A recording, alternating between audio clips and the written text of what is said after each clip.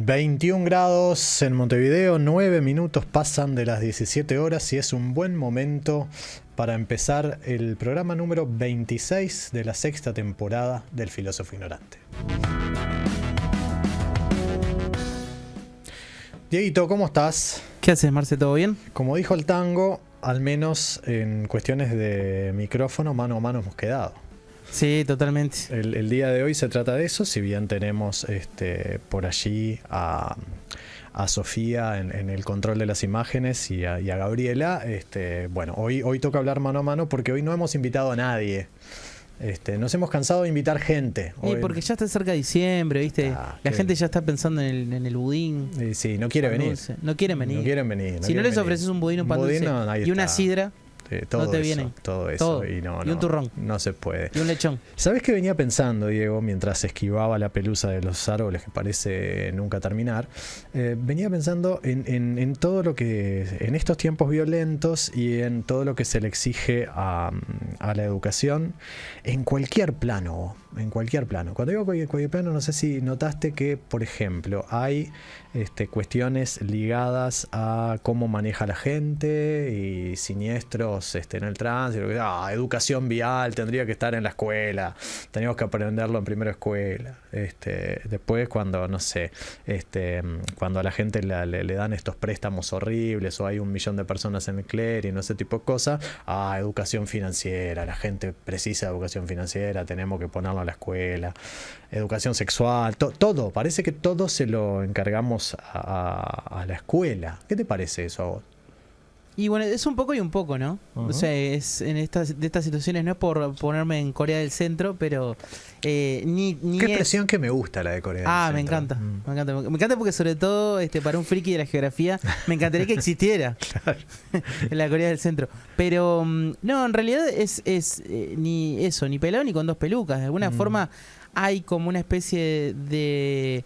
Justo en el momento donde más hay descreimiento, ¿no?, del sistema en todos sus aspectos, ¿no?, del Estado como tal y la escuela como una de sus patas representativas, es cuando parece que más se le achaca. Sí. Es una contradicción de alguna manera. Sí, por un lado es una contradicción, por otro lado es algo así como... Primero, es algo así como que, bueno, no hacerse cargo de que hay alguna otra instancia bajo que no sea la escuela, bajo la cual sea posible educar a las personas, ¿no?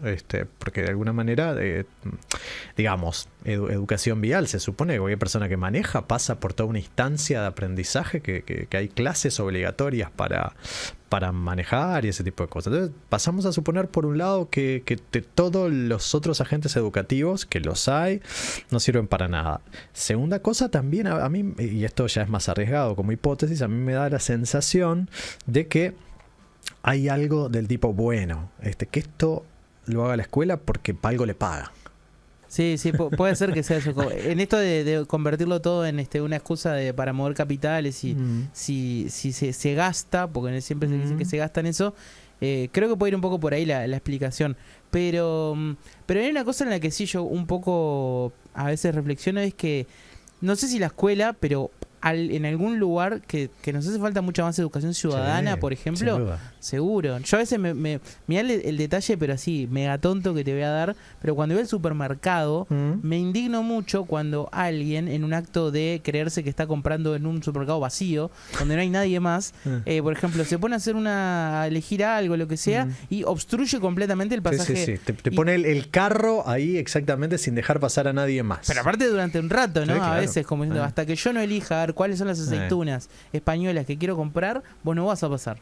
Y eso me parece que da cuenta un poco de la concepción de esa persona con los otros. Exacto. Yo vengo acá completamente ensimismado en mi tarea, sin concebir que hay otros, que no soy yo, que vienen a hacer lo mismo que yo y que yo no puedo obstaculizarles. Sí. Y es tremendo. Yo creo que eso refleja 2 cosas, Dieguito. Por un lado, el fuerte individualismo que desde hace un buen tiempo impera en nuestras sociedades. Creo que esto se ha visto cada vez más afectado desde los 90 hacia acá, en nuestras sociedades por lo menos.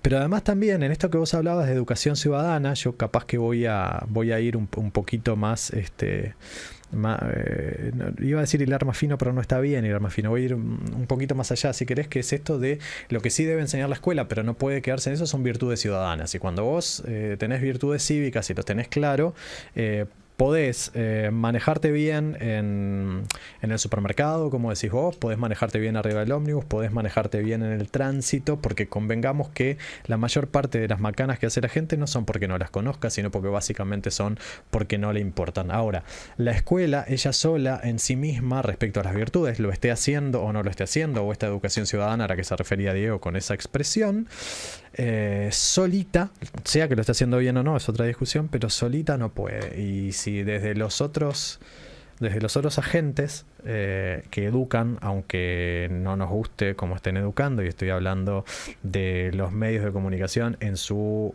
absoluta variedad como la que hay hoy, porque ya no podemos hablar solo de radio y televisión, estamos hablando de los clubes de barrio, estamos hablando de los clubes deportivos, estamos hablando de la familia, la iglesia, etcétera, etcétera. Bueno, si no hay un esfuerzo mancomunado, a Diego le van a seguir trancando el camino del supermercado. El tránsito va a seguir estando como está, la gente, digamos, manejando y usando el teléfono celular, y van a haber episodios violentos, aunque de densidad menor todos los días, pero hoy queremos hablar de otro tipo de violencia. Arrancamos el programa, ¿te parece, Dito? Patricia Pujol Echeverría, de La Teja al Mundo. Del mundo a esta radio. Inquieta e incómoda, entre la comunicación y el campo de juego. Si es helado, que sea de limón. Marcelo Fernández Pavlovich. Dicen que llegó a ser doctor, pero no hace recetas ni diagnostica otra cosa que enfermedades sociales. Le gusta el dulce de leche, pero no aplica y no se saca la camiseta del San Pauli ni en las elecciones de horas.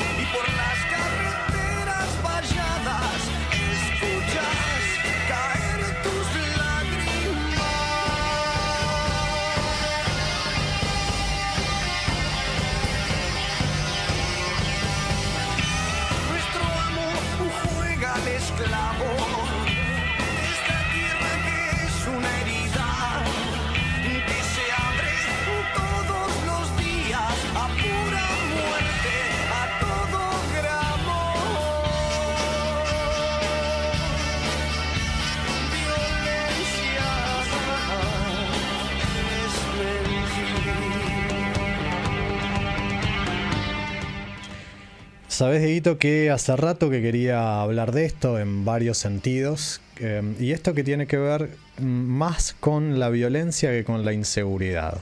Si yo te preguntara si Uruguay es un país inseguro, ¿vos qué decís? Yo diría que no. Uh-huh. Yo diría que no. Eso en función de comparaciones. Y bueno, porque es imposible no hacerlo, primero ¿no?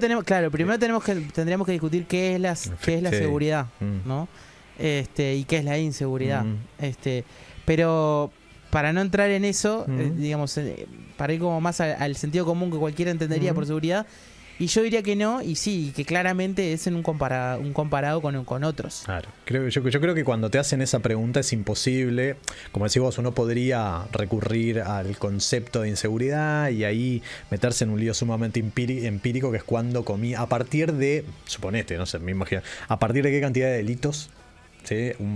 Una ciudad se considera insegura o un país se considera inseguro, etcétera. Bueno, y es muy complicado, pero cuando al ciudadano común, como sos vos y como soy yo, nos preguntan ese tipo de cosas, no podemos sino comparar, ¿no? Entonces me parece que podemos establecer básicamente dos comparaciones, o comparamos con la región, si querés, o con otras partes del mundo, o comparamos con el pasado. Son las dos herramientas que tenemos, comparar con el futuro no podemos, y entonces allí como que de alguna manera me parece que esos dos caminos te dan resultados opuestos desde ese sentido común que vos decís. Yo estoy de acuerdo contigo, si uno compara con otros lados, tenemos, creo que la respuesta es no, y creo que si comparamos con el pasado, o bueno, siempre allí habría que seleccionar qué tipo de pasado y a qué le llamamos inseguridad también, a qué tipo de inseguridad nos referimos. Me parece que ahí capaz que la inseguridad cala un poquito más. Ahora, más allá de la pregunta por la inseguridad, si yo te preguntara si somos un país violento. Y de vuelta, creo que tengo que dar en la comparación, y creo que no, o al menos no más, creo que somos más violentos, que antes, ahí en la variable temporal sí, pero porque me parece que también responde a un fenómeno que las sociedades son más violentas en general y no vivimos en un tupper. Sí. Estamos interconectados por todos. Yo creo en ese sentido que las democracias del cono sur, en distintos grados, no están exentos de fenómenos que afectan a la casi totalidad de las democracias occidentales. Y cuando digo democracias occidentales me refiero a estas democracias que llamamos liberales y representativas. Tienen ciertas diferencias cualitativas y cuantitativas en términos de duración de los mandatos, de la periodicidad de las consultas electorales y bueno, también a los sistemas de representación. Pero las democracias occidentales suelen concebirse como democracias liberales y representativas. Y me parece que están afectadas, por un lado, por la desafección y el desinterés cada vez más. Y por otro lado, por la violencia. Las democracias suelen ser cada vez más violentas. Yo creo que Uruguay ahí tiene, en cierto aspecto, alguna ventaja que tal vez tenga que ver con esto de sentirnos muchas veces que estamos en el culo del mundo, o con esta cuestión de cierto ritmo cansino que todavía tenemos. Y me parece que todavía, en términos de desafección, y en desafección me estoy refiriendo a, por ejemplo, la cantidad de gente que va a votar, y si nos comparamos con nuestros vecinos de acá enfrente nomás, tenemos una diferencia favorable. El desinterés, con el desinterés pasa lo mismo, y creo que con la violencia tal vez también, pero sin embargo la violencia se ha incrementado en casi todos los ámbitos de nuestra vida cotidiana. Y ojo, no me estoy refiriendo en este caso a la violencia simbólica, me estoy refiriendo específicamente a la violencia expresa, a la violencia física y aquella que se descarga directamente en contra nuestra como ciudadanos, como personas. Y te voy a poner tres ejemplos.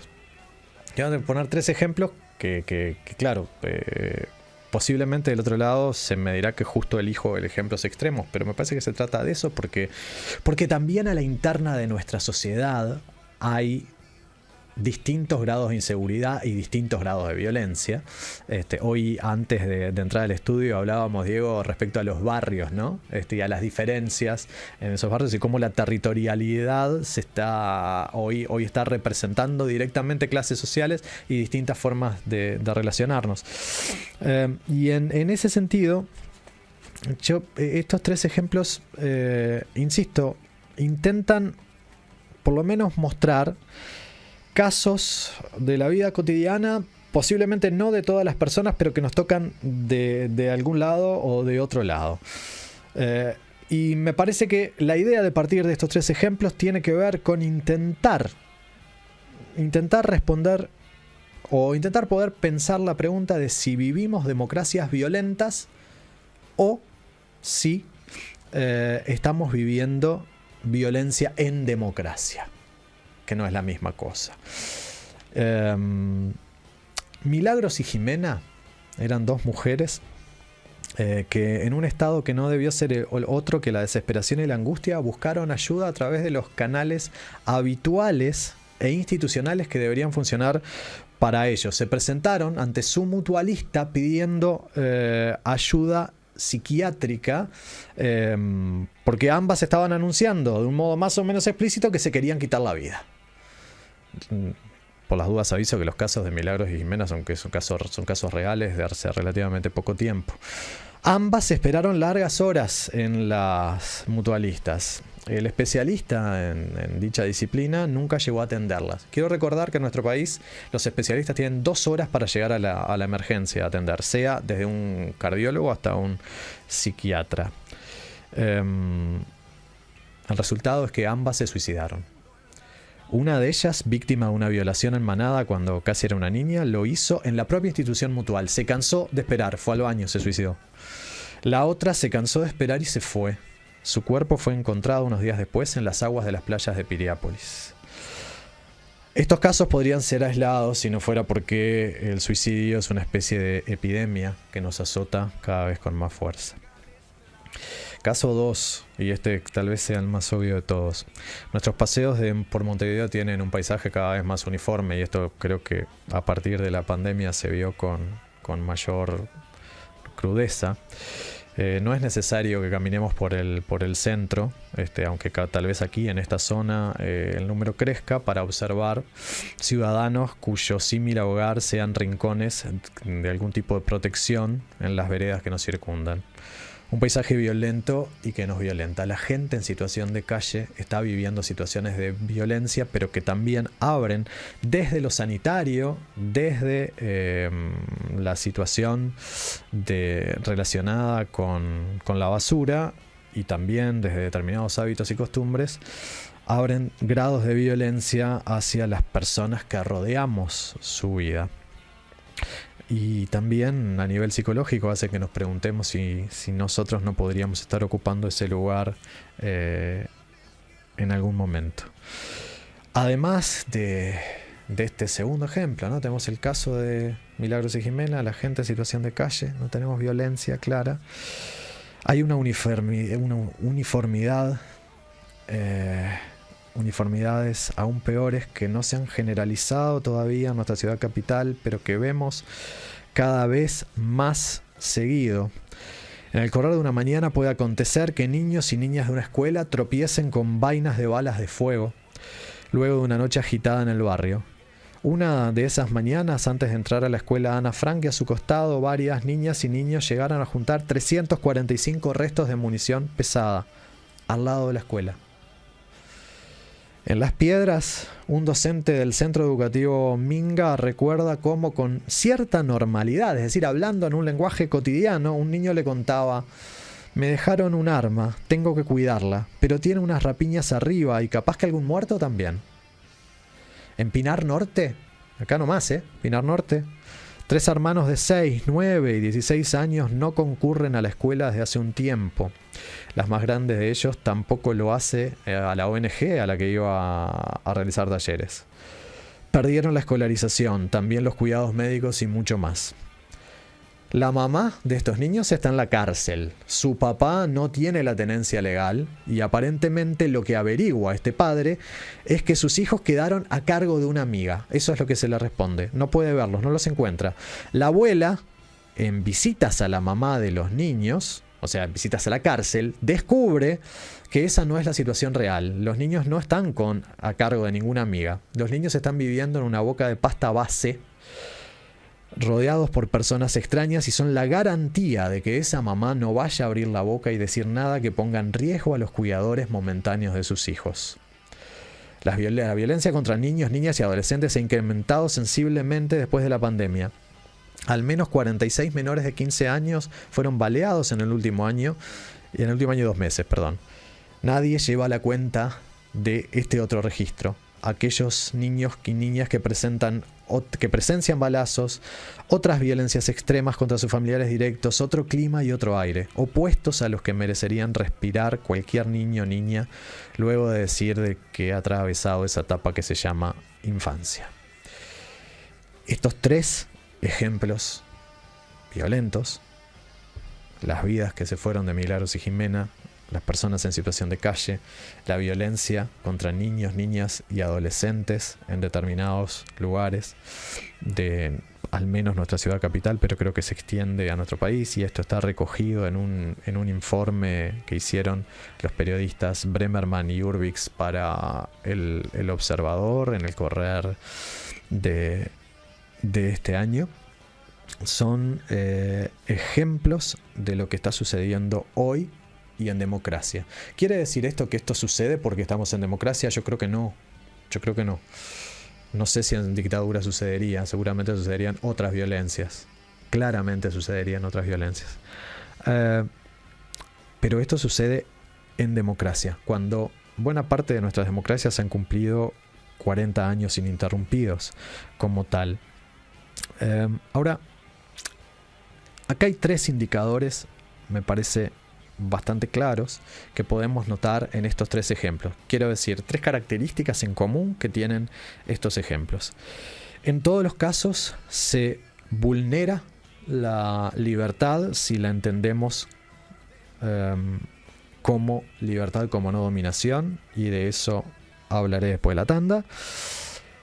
En los 3 casos se muestran situaciones de una bestial desigualdad social y económica, y en los 3 casos estamos frente a algo que conversábamos con Diego hace un ratito en la introducción, que es ante la ausencia de virtudes cívicas y también de virtudes privadas.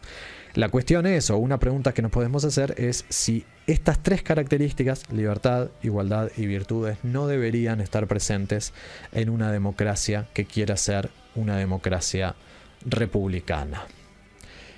Eso es lo que vamos a intentar responder en la segunda parte de este programa. Pero para dividir una parte y otra está la tanda, y a la tanda nos vamos a ir con una canción de Traidores que de alguna manera habla de esas cosas que pasan ahí donde está esa violencia que describimos, esa violencia que es física, no la de las redes. La de las redes es violencia simbólica que a veces se traslada a las calles, pero es en la calle donde está esta violencia, y escuchamos a Traidores con una historia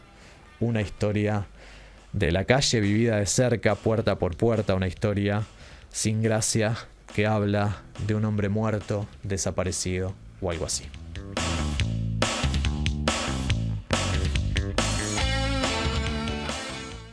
Seguimos en El Filósofo Ignorante, seguimos en este programa que hemos dado en llamar Violencia es Mentir. Seguimos hablando entonces de violencia en democracia o de una democracia violenta. Yo mencionaba hoy que acá tenemos problemas. A ver, quiero antes explicar por qué violencia es mentir. Violencia es mentir no porque, y creo que la canción de Los Redondos tampoco lo hace, no es porque se quieran minimizar los actos de violencia diciendo que la violencia real solo sea mentir, sino que la mentira es una forma de violencia. Y de algún modo nuestra democracia ha ido abandonando, o en sus propios principios ha dejado de lado su definición etimológica, que es el kratos en manos del demos. Es decir, esto es el control político, a lo que algunos le llaman poder o soberanía, en manos de la ciudadanía. Entonces, bueno, una pregunta que nos podemos hacer es cuánto participa efectivamente la ciudadanía de ese control o ese poder político. Segundo, vivimos bajo un formato de república, y el republicanismo no solamente implica como tal, o la palabra república no implica solamente la separación de poderes, a veces es lo único que se recuerda de Montesquieu y el valor de las instituciones, sino que también implica cierto sentido de la libertad, cierta participación, cierto grado de participación ciudadana, y también implica un ciudadano virtuoso, el ciudadano que, entre otras cosas, es el que no le impediría a Diego la libertad de caminar en el supermercado. Que insisto en que parece un detalle, pero no es menor. Es una pena nunca haber compartido supermercado con Montesquieu. No, que efectivamente. Yo creo que tendría que haber un Montesquieu en cada supermercado, por lo menos hablando por los altoparlantes y explicando ese tipo de situaciones, e incluso denunciando al señor que carece de la virtud cívica suficiente porque no deja pasar en la parte de los fideos del supermercado. Sí, pero está bueno todo esto que planteas, porque creo que lo que es ya bastante claro hace mucho tiempo es que lo que se está desquebrajando es el pacto, ¿no? El pacto social que hemos convenido, ¿no? De alguna manera, de eso, de qué entendemos que es habitar una comunidad, qué entendemos cuáles son nuestros valores comunes, qué entendemos por democracia, por república. Todo eso se está transformando hacia un lugar que no sé cuál es, pero que seguro parece ser muy distinto del que originalmente era. Sí, y te agregaría que en eso que podría adelantar esto como una cuestión de gusto personal, si querés. Yo sé que no depende solo del gusto y no es una cuestión estética, pero lo voy a expresar de esa manera. Te diré que se está transformando en algo que a mí no me gusta personalmente. Y te diría que agrego dos cosas a esto que mencionabas vos, de cierta transformación, o por lo menos de cierta tergiversación, o si quiero ser aún más soft en mi adjetivación, diría en ausencia de discusión del significado del concepto, y estoy hablando de de dos valores que se supone que guían a nuestra democracia, que son la libertad y la igualdad. Digo esto porque de a poco hemos ido asumiendo, y me parece que el ejemplo más extremo de esto es el viva la libertad carajo de Milei. Yo creo que en rigor, si uno lo ve abstractamente, ese viva la libertad carajo es algo con el cual podríamos estar todos de acuerdo. ¿Quién no va a defender la libertad como tal? El asunto o el lío es a qué nos referimos cuando hablamos de libertad, ¿no? Porque desde una concepción que tenga cierta simetría con lo que es la tradición republicana, la libertad no consiste en hacer lo que me da la gana, punto. Es más, tampoco consiste exclusivamente en que nadie se meta en mi camino, ese camino que yo elegí. Para el republicanismo, la versión más clara de la libertad, o si querés, la versión con la cual yo estoy más de acuerdo, sería la libertad como no dominación. ¿Qué es ser libre? Libre significa no estar dominado por nadie. Es decir, que nadie te domine, no ser esclavo de ninguna persona. Hay quienes sostienen que las leyes dañan la libertad porque las leyes nos dominan. Entonces acá tenemos que establecer una distinción que a mí me parece muy importante. Y es esta distinción. Una cosa es ser libre de interferencias y otra cosa es ser libre de dominio. Está claro que las leyes interfieren en nuestra vida. Si cuando el semáforo me dice que no tengo que cruzar, me está limitando. Cuando hay un consejo de salarios que le dice al empleador que tiene que pagar un mínimo de 100 pesos, lo está limitando. Eso está claro. La pregunta es, ¿esas leyes lo que limitan en serio es la libertad o lo que representan es una interferencia en nuestro camino? Bueno, yo creo que esas leyes, en la medida de que las leyes que no sean arbitrarias, y esto es que hayan contado con nuestro consentimiento en algún momento, consentimiento que en nuestras democracias, por ser representativas, es indirecto, por supuesto, es decir, no somos nosotros, salvo en las instancias de referéndum que aprobamos o desaprobamos una ley, a las leyes le damos un consentimiento indirecto. Bueno, esto desde el republicanismo no representaría dominio.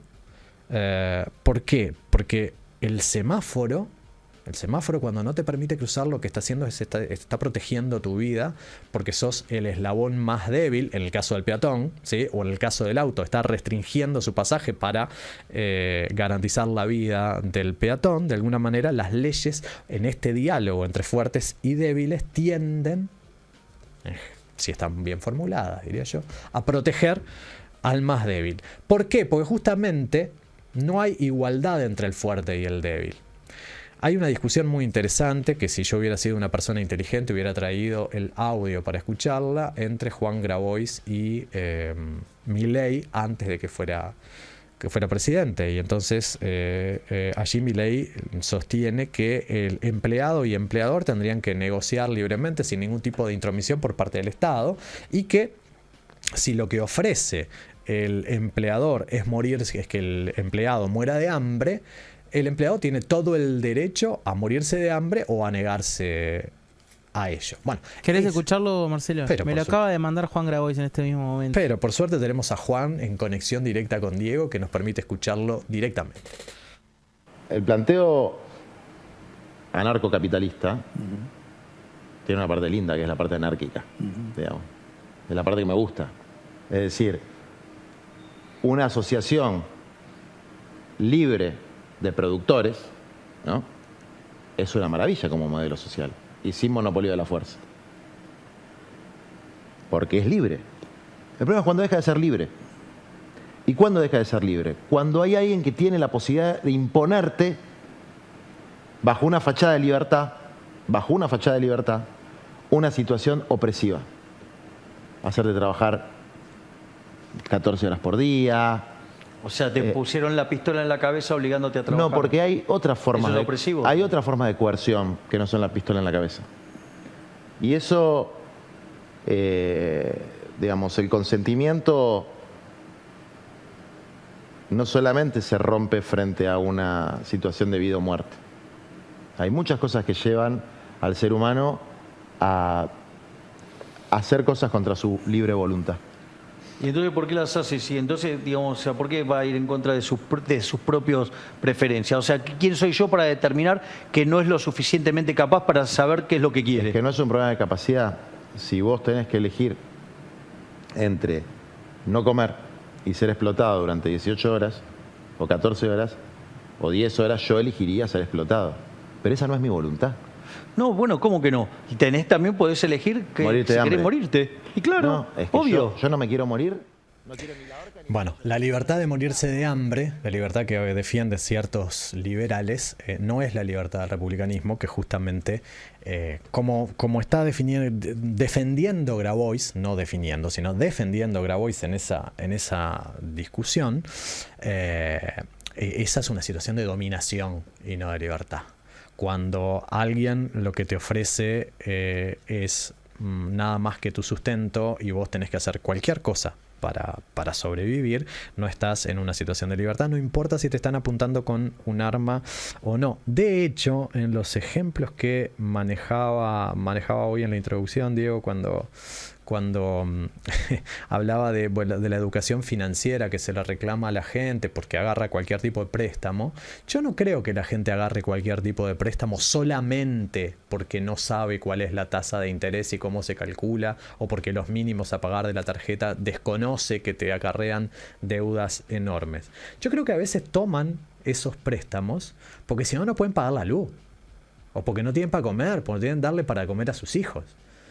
No es solo por falta de educación, porque en situaciones de desesperación haces cualquier cosa. Y en ese tren lo que no hay es libertad. Cuando la gente lo que tiene es una opción sola para poder seguir sobreviviendo, o dos, allí no hay libertad. Lo que hay es dominación. Entonces, estas situaciones que podemos ver, la situación de Milagros y Jimena, la situación de la gente en situación de calle, la situación de los niños y niñas que enfrentan la violencia a diario, están viendo privada su libertad como no dominación todos y cada uno de los días que han vivido y que están viviendo. Pero todas estas situaciones están atravesadas por una fuerte desigualdad, además. Y no estoy hablando de una desigualdad formal. Digamos que, primero, que cuando defendemos la igualdad formal, que sería algo así como la igualdad ante la ley, yo quiero decir que es mentira. Quiero decir que es mentira. Quiero decir que no que defender esa igualdad formal sea mentira. Estoy diciendo que no es real que seamos iguales ante la ley. Que si alguien tiene el suficiente poder, por ejemplo, los militares que han sido juzgados por sus crímenes en dictadura, han tenido el poder suficiente para contratar abogados y pagarles para que para que interpongan reclamos uno detrás del otro ante la Suprema Corte de Justicia para extender el juicio lo más posible. Y eso no lo puede hacer alguien que de repente recién salió de la prisión o alguien que cometió un delito menor porque no tiene dinero. O sea que la desigualdad ante la ley también existe por cuestiones que no son formales, sino por cuestiones que son materiales. Y la desigualdad socioeconómica es la de las más violentas porque afecta, entre otras cosas, el desigual acceso a la justicia, porque las penas suelen ser más severas cuando se atenta a la propiedad que cuando se atenta contra la vida, y de hecho existen penas más duras para quienes ingresan drogas a las cárceles. Las mujeres que hoy ingresan drogas a las cárceles, muchas veces no por su propia voluntad, tienen penas más duras que el que exportó toneladas de cocaína a Hamburgo, que ya hemos encontrado más barquitos con ese contenido en estos días. El problema es que la desigualdad social, desigualdad que pudimos ver en el caso de Milagros y Jimena. Si Milagros y Jimena hubieran tenido acceso a un psiquiatra privado, las hubieran atendido enseguida. Obviamente está más que claro en el caso de la gente que vive en situación de calle o en el caso de las niñeces afectadas directamente por violencia, que muchas veces ligamos al narcotráfico, aunque no necesariamente. El problema es que esta desigualdad hoy la podemos definir como estructural, no es fruto de una crisis puntual. Y es la desigualdad que permite la distancia entre dormir en un barrio privado o en la calle, es la que permite a niños y niñas permanecer buena parte de sus vidas en medios y de situaciones de violencia o tener a su disposición medios y lugares para el cuidado, y es el tipo... tenemos que pensar un tipo de igualdad que nos aleje de esas vulnerabilidades puntuales para poder tener una especie de vulnerabilidad común, aquella que puede ser coincidente con la libertad como no dominación. Ahora, hay otra situación que subyace a estas situaciones de violencia, que es la ausencia de virtudes.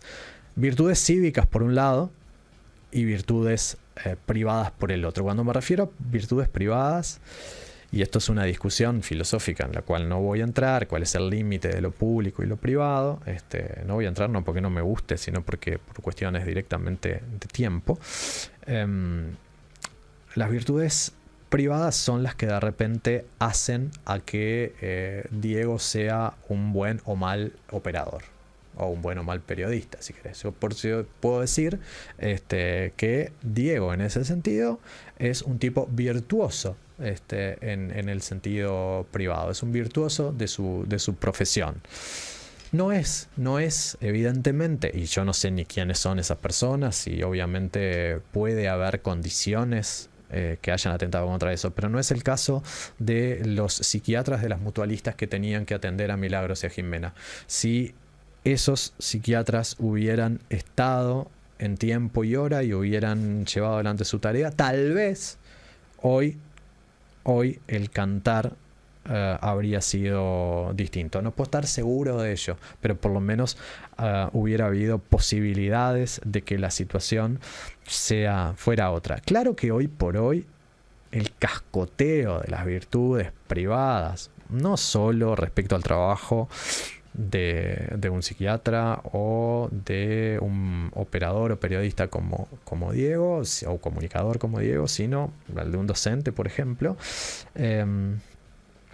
son virtudes que están cascoteadas por determinadas condiciones, algunas impuestas por condiciones materiales, o a veces son excusas que nos permiten decir, bueno, dado que me pagan esto, yo solo me limito a hacer esto otro, o en un curso donde tengo, no sé, más de 50 alumnos, no puedo corregir de la misma manera que lo haría si fuera un grupo de 20 personas, y eso hace que descienda nuestra virtud. Porque en última instancia, la virtud es una noción posicional, es decir, es siempre relativa a cierta tarea o función, se conecta con la finalidad de un objeto en cuestión. Es decir, uno es virtuoso respecto a algo, y esto tiene que ver con el ejercicio de ese algo en condiciones de excelencia. Es decir, ese es el máximo de la virtud. Bueno, está claro que hay cosas que nos alejan de ello por el ritmo que vivimos, por las condiciones materiales en las que vivimos, y podemos poner toda una serie de etcéteras al respecto. Pero esto se complica todavía más cuando las que son afectadas son las virtudes públicas, las virtudes cívicas, es decir, nuestras virtudes ciudadanas, aquello que hace al desarrollo de la ciudadanía en condiciones de excelencia, todo allí donde está en juego lo político y donde se ponen en juego, si se quiere, los intereses comunes que tenemos para nuestra vida social. Ahí es cuando aparece la pregunta de si en tantos ciudadanos apuntamos al bien común o si lo que perseguimos exclusivamente es nuestro interés personal y privado. Desde un punto de vista republicano, insisto, un ciudadano virtuoso lleva adelante su ciudadanía con el telos, es decir, con la finalidad de el bien común. Podemos ponernos a discutir en qué consiste el bien común y estaríamos horas hablando de ello, pero de algún modo tiene que haber algo que nos pueda conectar, más allá de que, como decía Diego hoy, esto se ha ido perdiendo en nuestras sociedades, ese tejido que nos conecta con los otros y que hacen que una sociedad no sea una mera agregación de individuos, sino que hay elementos comunes que tienden a que podamos pensar a esa sociedad como una comunidad. En mi lectura, las virtudes cívicas pueden dividirse en 5 áreas, en las cuales luego le podemos encontrar un montón de subdivisiones, y no lo vamos a discutir ahora, pero me parece que son esenciales para que podamos pensar en otra comunidad que empiece a pensarse y a sentirse como libre de determinados grados de violencia. Y estoy hablando de la responsabilidad y el compromiso con la cosa pública, el sentido crítico, la apertura al diálogo, la tolerancia radical y la solidaridad. Podemos abrir esta lista a un montón de elementos más, como decía. Ahora, las virtudes privadas también tienen su lugar. ¿Por qué digo que también tienen su lugar? Porque también tienen que ver con la democracia. Hay una persona a quien quiero mucho que una vez sostenía, creo más acertada, una estrategia de continuidad entre las virtudes personales, las privadas, y las públicas. Cuanto más comerciantes deshonestos, ingenieros y médicos desaprensivos, electricistas chapuceros, abogados inescrupulosos, estudiantes facilistas y profesores demagogos tengamos, más probabilidades habrá de que existan políticos, jueces y sindicalistas corruptos, y peor será la vida de todos. Yo creo que esta frase de Graciela Vidiela, que reitero es una persona que quiero mucho, cuando dice vida de todos se está refiriendo a la vida democrática. Entonces, nuestras virtudes privadas, primero que actúan en consonancia con aquellos cargos en donde efectivamente se juegan las virtudes cívicas, las virtudes públicas, y segundo, que hacen a esa vida común. Y defender la democracia no puede ser un cliché, no puede ser un costumbrismo que hemos asumido. A mí realmente me molesta mucho que cuando aparecen cuestionamientos a la democracia, o cuando nos preguntamos en qué tipo de democracia queremos vivir, aparezca inmediatamente el fantasma de que vos querés entonces construir una dictadura. No, bueno, esta no es la única democracia posible, pero además, si la democracia no está directamente imbricada con la mejora de nuestras condiciones de vida o con nuestra participación en ella, bueno, hay pocos motivos para defenderla. No es casual que el último informe del Latinobarómetro muestre que 1 de cada 4 latinoamericanos se declara indiferente al tipo de régimen político.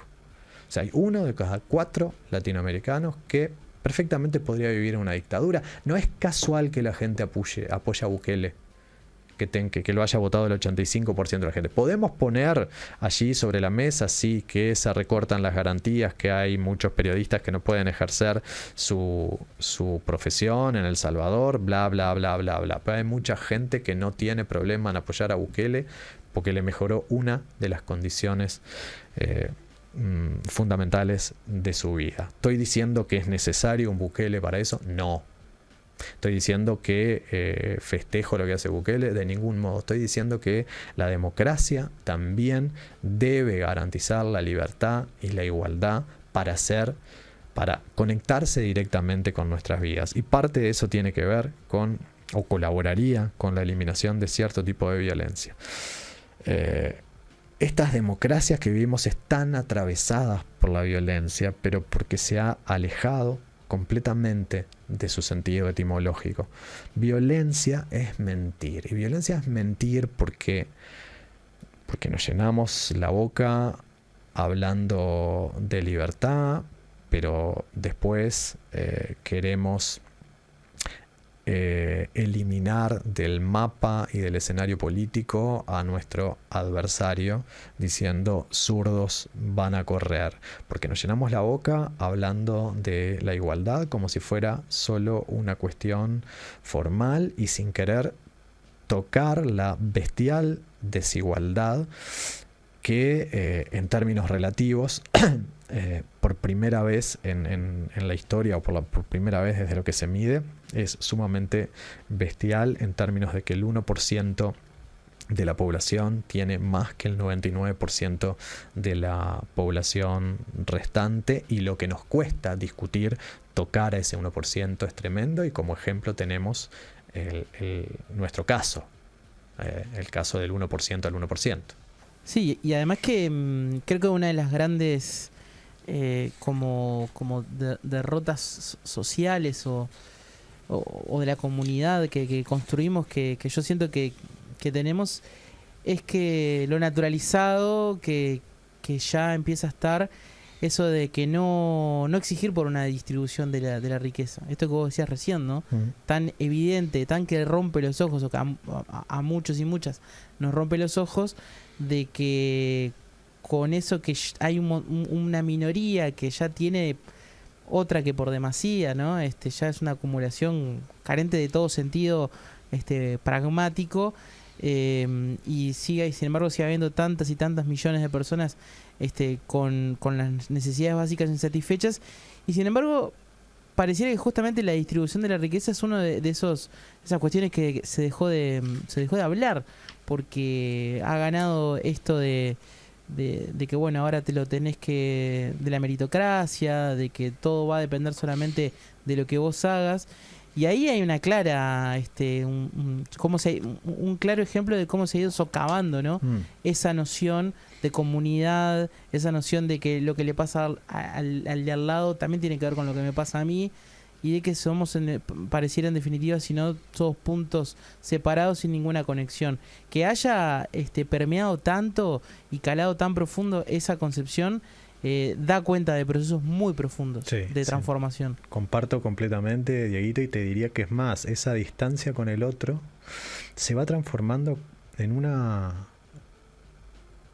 crueldad cada vez mayor. Es decir, ya no es solo no me importa, sino que es a veces el festejo, la celebración de que golpeen a un jubilado, que lo repriman en una marcha, o a discapacitados, o que un presidente se burle de un discapacitado, por ejemplo. Sé que no son ejemplos corrientes los que estoy poniendo, y que tal vez ese presidente o estos casos sean casos extremos, pero son cosas que pasan y hay gente que le festejan. Y a mí me parece que esta alusión que vos hacías a la meritocracia, justamente, ¿no? Que es lo que es justamente una especie de ideología, y de ideología vamos a hablar la semana que viene, adelanto, también con Diego, ideología y fútbol.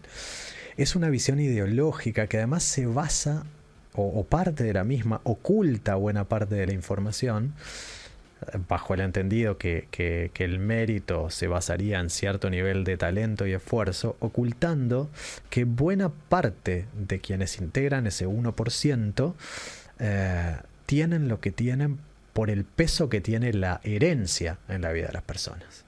Es decir, ni Donald Trump, ni Jeff Bezos, ni Elon Musk hubieran llegado hasta donde están si el punto de partida hubiera sido el mismo que el de Diego, el de mío, el de Gabriela o el de Sofía. Y me gustaría cerrar para que se vea lo difícil que es la situación. Estamos viviendo un momento en que es harto difícil sostener ciertas esperanzas, aunque lo hacemos, ¿no? Porque hoy, y por qué traíamos como nombre del programa Violencia es mentir, porque el nombre de la canción que sostiene Violencia es mentir, una canción de Patricio Rey y sus Redonditos de Ricota, es Nuestro amo juega al esclavo. Y hoy nuestro amo juega al esclavo. ¿Ubicás a Bertie Venegas Lynch, Diego? Sí, lamentablemente lo ubico. Bueno, entonces es diputado, un diputado argentino que es algo así como el profeta liberal para Milei en Argentina, y es el hijo de otro Venegas Lynch, que... Otra que casta, es así. No, claro, efectivamente, que es también un prócer de la libertad, que son los dueños de la universidad que le dieron el doctorado a Milei, que no lo tiene en realidad, tiene un doctorado, un honoris causa, ¿no? Que es maravilloso eso. Y Venegas Lynch, en determinado momento afirma que a los ricos los están masacrando. Cuando él se preguntaba retóricamente por qué hay que cobrarles impuestos a los ricos, él sostenía: a los ricos los están masacrando. Entonces, bueno, si nos creemos ese punto de partida, ahí tenemos una ciudadanía que no es virtuosa porque es capaz de tragarse cualquier pastilla. Igual la esperanza está, la esperanza queda, pero evidentemente la solución no pasa por esto que dicen los estómagos en esta canción, sino que va a pasar justamente por el contemplar ciertas virtudes, por defender la libertad y también la igualdad, porque la solución no es vivir de espaldas, la solución no es resignación, la solución no es salir a matar gente. Qué fácil es negar todo futuro, qué fácil es sentirse el centro del mundo.